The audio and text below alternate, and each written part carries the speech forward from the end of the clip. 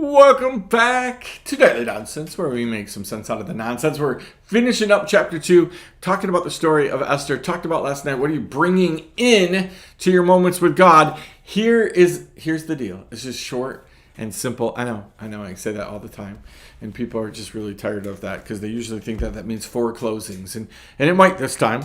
But here's the deal. Queen Esther is about ready to become Queen Esther. Now, again, I believe that God could have called her queen at any time. When she was born, could have been queen, right? That God knew the plan that he had for her, and he named her, right? So again, in God's economy, she was named Queen Esther way before she became Queen Esther. But it's about ready to be manifested, just like with David and so many other people in the Bible, right? I believe that the Apostle Paul was an apostle way before God put the title of apostle on him, right? But again, we're waiting for things to manifest. This is important. So here is the payoff, right? And verse 16 of chapter 2, it says, "And when Esther was taken to the king, into his royal palace in the 10th month, which is the month of Tebeth, in the 7th year of his reign, the king loved Esther more than all the women, and she won grace, and favor in him." Right? Is that not crazy? Right? Is that not crazy? That what happens here is grace, unmerited favor. She got both. Grace is a God thing. The favor is a man thing. Right? I've been through this whole thing about grace and favor in the last couple of weeks. Right? I want favor with man. Right? That's what we all end up wanting. Please, God, give me favor with my boss. Give me favor with my spouse. Give me favor with my kids. Give me favor with my friends. Give me favor in my church. What God is interested in is grace. Let me give you some grace. It's unmerited favor, meaning I'm going to put my hand upon you and things are going to go crazy for you. You're going to get a whole bunch of favor. Right? But it starts with grace. It starts with God putting his hand on you, saying, I'm going to give you something you don't deserve. Check this out. Right? I'm sure Esther was a wonderful woman. I'm sure she was a really great kid growing up, probably did everything right. Right? She probably absolutely beautiful, all these things. None of that, because there are lots of those people walking around this planet today. None of that counts in God's economy. What counts in God's economy is that he's chosen you. Oh, we've heard it several times lately. God knows your name, and he calls your name. He walks to the sheepfold and he says, check this visual out. He walks to the sheepfold of everybody he could ask, and he calls your name. Hey, Annie, I got something for you today. Will you follow me? Will you let me lead you? Will you come out of the sheepfold and will you walk with me? And will you talk with me? And will you do that which I've asked you to do? Right?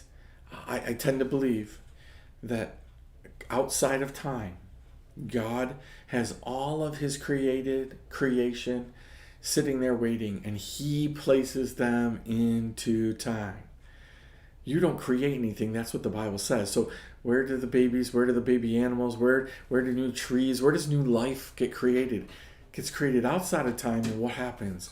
God puts it into time. Right? So imagine if you are up in heaven and God says, Andy, it's time for you to be born. Right? Imagine that moment. God chooses you. He calls your name. He knew your name from the beginning. And he calls my name saying, go meet your parents. Go be ready. Right? This is what God does. Go get ready to do what I'm calling you to do. What happens when we're in the sheepfold and God calls our name and we say, no, I don't want to go. I don't want to be a part of this. Right? What happens when God calls our name and we don't hear it? We don't recognize his voice. Right? We should, but we don't recognize it. But worse yet, what happens if God comes to the sheepfold and he never calls our name? What happens if you never get a chance to be on mission with God? What if you're the hey you in the sheepfold? right? What a terrible, awful, rotten, crazy place to be. Now, here's the deal. God doesn't want any to perish. He's given everybody an opportunity. But you got to learn to hear his voice before you can respond to his voice. Right? You know that voice that's out there that you keep hearing and you keep hearing and you keep hearing, and you know there's something about it. He's talking to you. He's talking to you.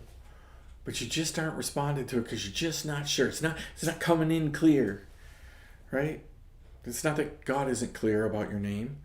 It's all the circumstances, all this trash that you have around you isn't letting you hear. All the bleating of the other sheep is not letting you hear correctly. And God said, I want to call your name for this moment. Esther found success in this moment in time. Out of all the people on the planet, God called her name to save his people. Do you know how mind-boggling that is? So when you're sitting around and you're wondering why God would call your name, why God would choose you, he chose a woman who won a beauty contest. He chose this moment to call Esther's name. Hey, Esther, it's time. I'm going to put you in a place for such a time as this. So, again, you heard me say it before. I'm going to repeat it again. Does God know your name? Yes. Yes, God knows your name. No doubt about that, 100%. Is God calling your name? God's probably been calling your name for a while.